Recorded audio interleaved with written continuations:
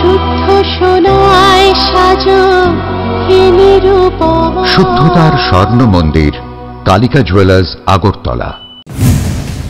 দিল্লি বিস্ফোরণে মৃতের সংখ্যা বেড়ে 13। বিস্ফোরণের তীব্রতা এতটাই ছিল যে বেশিরভাগ দেহ এখনো শনাক্ত করা সম্ভব হয়নি।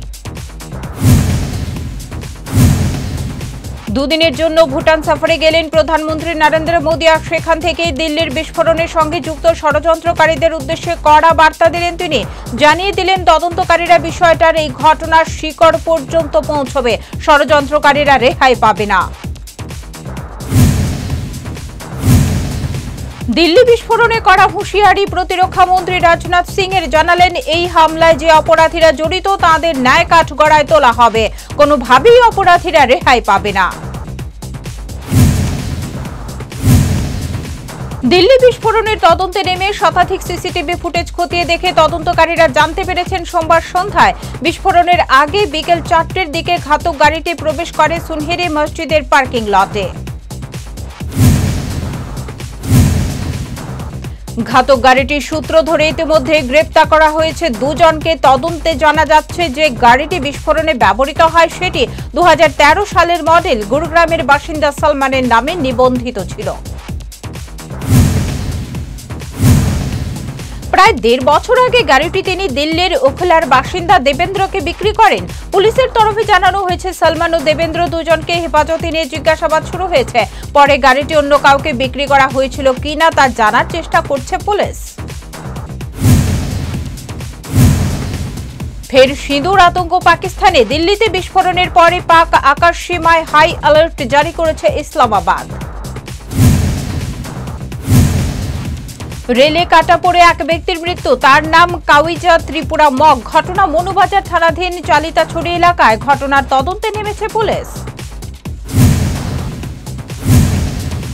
মাতাবাড়ি বিধানসভার অন্তর্গত বিভিন্ন পঞ্চায়েত এলাকায় মানুষের বিভিন্ন সমস্যা রয়েছে।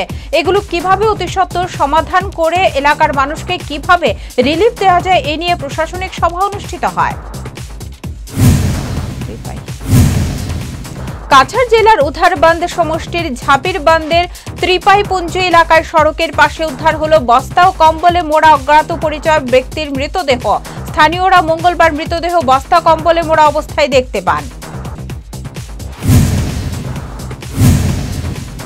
ঘটনার খবর পেয়ে ঘটনাস্থলে ছুটে যান মালগ্রাম থানার পুলিশ। স্থানীয়দের সহযোগিতায় মৃতদেহ উদ্ধার করেন তারা। স্থানীয়দের অভিমত, দুর্বৃত্তদের দল রাতের অন্ধকারে অন্য কোনো এলাকা থেকে হয়তো মৃতদেহ সেখানে রেখে চলে যায়।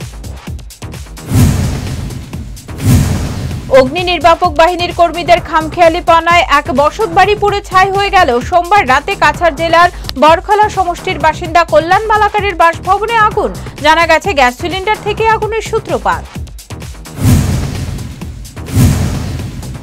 গোমতী জেলা হাসপাতালে 16 বিভাগে অপারেশনের মাধ্যমে 12টি সফলভাবে অপারেশন সম্পন্ন হয়েছে। চিকিৎসক দল জানান 12টি অপারেশনই সফলভাবে সম্পন্ন হয়েছে এবং রোগীরা বর্তমানে স্থিতিশীল আছেন।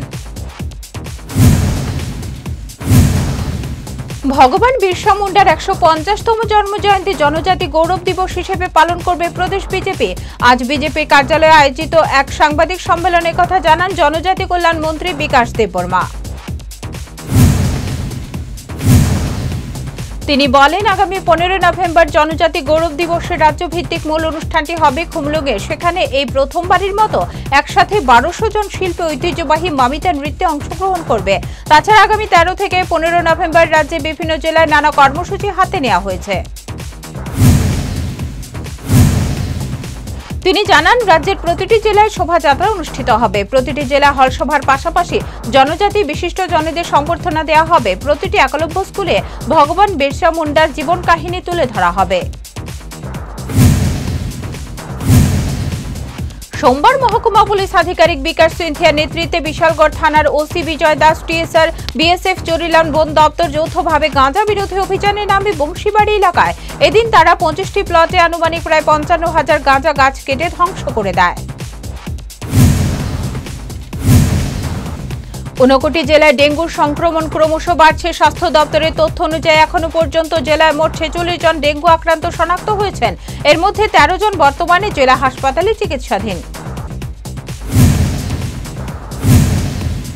মাতা ত্রিপুরা সুন্দরী মন্দিরে পুজো দিলেন তেলেঙ্গানার রাজ্যপাল জিষ্ণুদেব বর্মন। সঙ্গে ছিলেন সহধর্মিনী। মায়ের পুজো দিয়ে দেশ ও রাজ্যবাসীর মঙ্গল কামনা করেন তারা। সোমবার গভীর রাতে উত্তর জেলার বাগবাসা এলাকায় রাস্তার মাঝখানে দাঁড়িয়ে থাকা সিমেন্ট বোঝাই ট্রাকের সাথে ধাক্কা লেগে মর্মান্তিক মৃত্যু মিশুক নাথ নামে এক কলেজ পড়ুয়া যুবকের। তার অকাল মৃত্যুতে বাগবাসা জুড়ে শোকের আবহ।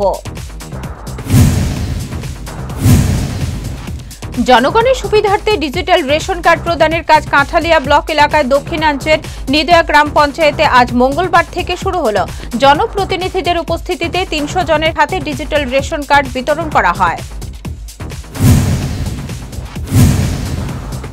অল ত্রিপুরা জুডো অ্যাসোসিয়েশনের পক্ষ থেকে মঙ্গলবার আগরতলার পশ্চিম জেলা শাসকের কনফারেন্স হলে জুডো খেলোয়াড়দের মধ্যে পোশাক বিতরণ করা হয়। শুদ্ধ সোনায় সাজো হে নিরূপমা। শুদ্ধতার স্বর্ণ মন্দির কালিকা জুয়েলার্স আগরতলা।